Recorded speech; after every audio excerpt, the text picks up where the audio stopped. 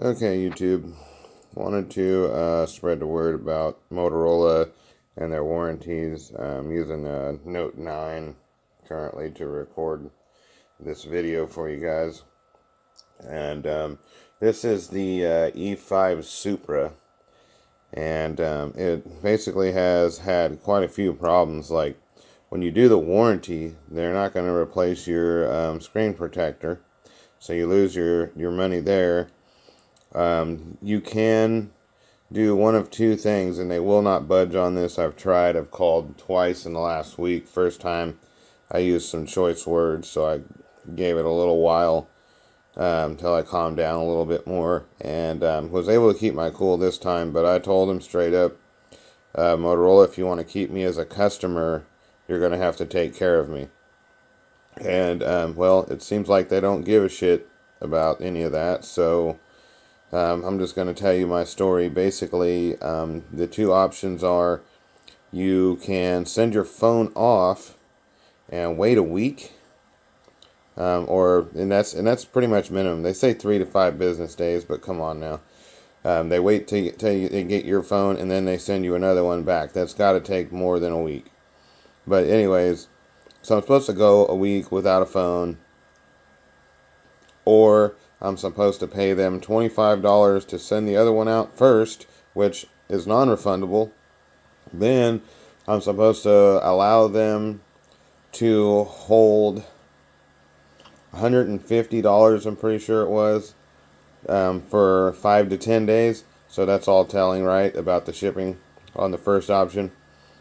And then, so basically, they're holding it over me. Like, they're going to hold up to $175 of my money just to make sure that I send this piece of crap that don't work properly back, even though they're sending a shipping label and a packing box, and it's real simple to do. So instead of making me happy, they just left me by the wayside and said, well, it's either this or nothing. I don't agree with that. So that's the warranty for Motorola, and really they don't seem to care if they make you happy or not. Really, in my opinion, I've already paid the money for the phone, so I've already trusted them that I was buying a quality product, but yet they won't trust me to send a broken piece of crap of theirs back to them. So that's pretty upsetting. I really don't appreciate them basically counting on me being a thief and not and dishonest and not sending this phone back. But anyway, so here's the problems that I'm having with this E5 Supra. See that right there? Slowly charging or charging slowly. That's all it ever does. So basically, it's always on the charger or it's almost always dead.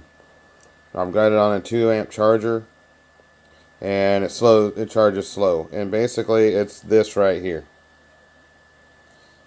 This is really loose. The contacts, I've had people look at it in 2 different phone repair places, and they said that the contacts were nice and clean, but there's a lot of play here. It's kind of hard to get it with one hand.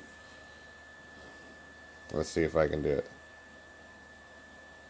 Okay, so that's obviously really loose, and it's not doing what it's supposed to do when you're charging.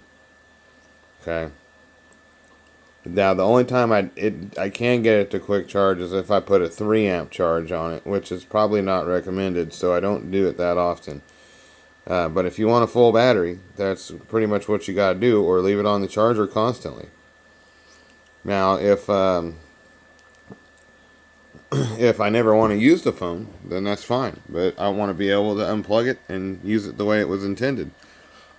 The other problems I'm having with this E5 Supra is that down the sides down here, you get these weird glitches in the screen where it's like showing these little lines, and they're about 1/4 of an inch long, and they go out toward the center of the phone, like toward where my hand's going. But you know, it's like about 1/4 inch, and it does it down both sides. And then also, sometimes the screen will just glitch altogether and you can't make out what it's saying or what's on there. Or sometimes you'll see 3 screens in one. The other thing too is that this phone does a lot is that it actually freezes a lot and has to be hard restarted. So you to do a hard restart, you hold the home button and the volume up key until something happens. And so just like the performance on this phone too is pretty weak, but coming from a Note 9 to this, that's kind of to be expected. This is a $150 phone. The Note 9 was $1,000 phone, so I mean there should be a weakness in performance. But when you're typing something and it fails to type, takes a few seconds, for it to go through, then it's pretty much unusable at times. It'll do that. It's not the best quality of phone. But what I am super concerned about and why I wanted to get this video out there was because of the fact that the year warranty is not what it's cracked up to be. It's not what they would make you think it is. When you go to buy a phone, they say, oh yeah, you got this warranty, so you're good to go for a year, right? Well, this phone was actually less than a month old when it started showing signs of being a piece of crap. So it doesn't really matter. I mean, if you want to hold tight on your principles like I do, you don't feel like you should have to be treated like a thief or a bad person, or you don't feel like you have to shell out more money when you've already shelled out the money. I mean, they got my money already. I don't see why they need any more. They need to just stand behind their promise and quit letting yellow tape get in the damn way. I mean, they want happy customers. This ain't the way to do it. Alright, thanks for watching, guys.